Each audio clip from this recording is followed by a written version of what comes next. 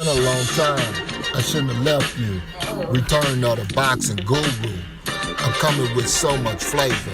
I'm also known as the wilder hater. With my videos here to please you.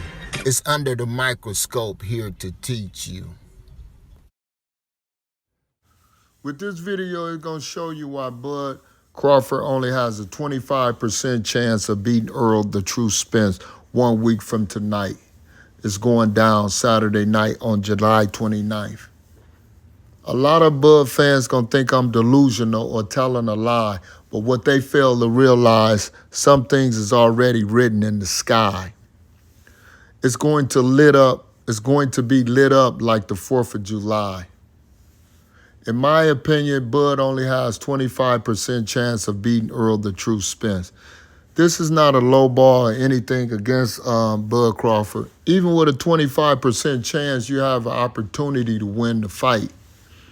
It's just like when Sugar Ray fought Tommy Hearns on the first fight. Tommy Hearns was favored, in my opinion, with his long reach, with his knockout power, even though Sugar Ray was the fan favorite, the more popular fighter. But based on the style matchup of the fight, Sugar Ray couldn't beat Tommy Hearns that night. Only Tommy could beat himself. And just like with Errol the True Spence, Sugar was down on the cards. Tommy had in his mind that he wanted to knock out Sugar. It was personal between him and his head trainer, Emmanuel Stewart, when it came to Sugar Ray, because all the accolades and what the boxing public was saying about Sugar Ray, he was definitely a fan favorite. And that's why, in my opinion, Tommy Hearns blew that fight.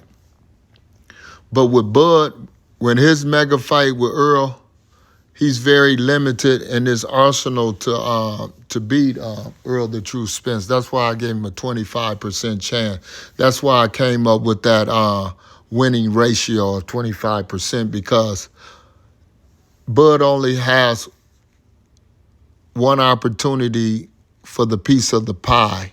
That's the WBO. Errol has the WBC, the WBA, and the IBF. What's left? Bud's WBO. And it has to go. Just like his O, in my opinion. That's why I came up with the 25% ratio, because it's 1 out of 4 belts. 4 make 100%. 1 out of it is 25%. That's where the logic comes from. But in boxing terms, why I believe that Bud only has a 25% chance is because of not his boxing stance. It's because if you look at the videos right here, when you are aggressive against Bud, Bud do the same typical things, just like back in 2006.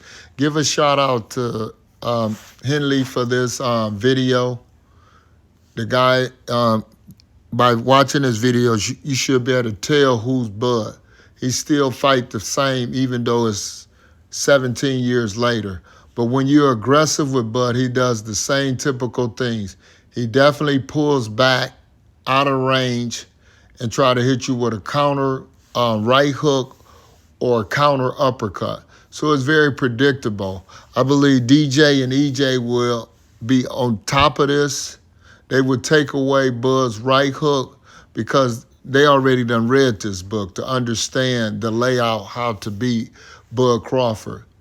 Bud doesn't like real aggressive fighters that press forward and put the action on him, because it never give Bud a chance to set up. Even though Bud has long arms and 74-inch reach, but he typically don't like to sit there and just jab with you.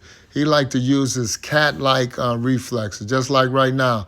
Bud is definitely light on his feet. He's in and out like right here, working the jab. He definitely like to do that, but when the guy pulls forward, you can close the distance. The guy just not going to the body well enough against Bud. But Errol is definitely a body snatcher, so he definitely will bull in and will Bud with that counter, long as Errol keep his defense tight, like Coach Derrick James is saying, and in the build-up to this fight, that he got to be technically sound to bring forth victory. Because with Bud quickness, if Errol is not technically sound, he can get countered, because Bud is definitely a great counter with his quickness. But like I said, when you real aggressive with Bud, it takes him out his game, because he gonna want to get it back, and he gonna want to counter you with wide looping shots, overhand shots. So Errol definitely gonna have to be mindful of that defense. And then with Errol double jabbing and not falling in, it's gonna be very critical that Errol Spence uses his feet to close the distance and not just a jab, because Bud is looking to pull out and counter strike. So Errol definitely gonna have to be mindful of that.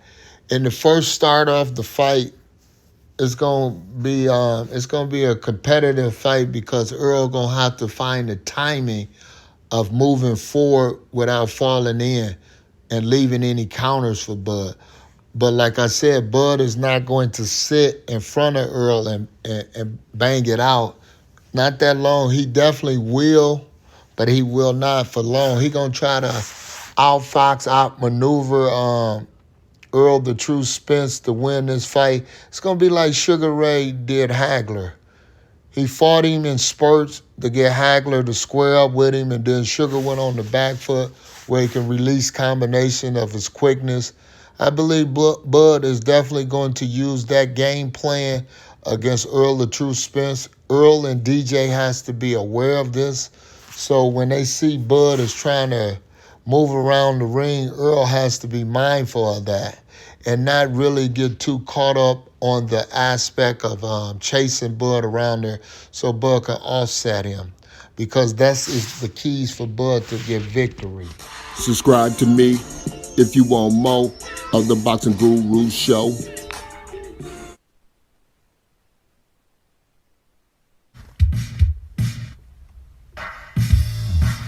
Come get it. Come get it. Come get it. Come get it. Come get it. Come get it.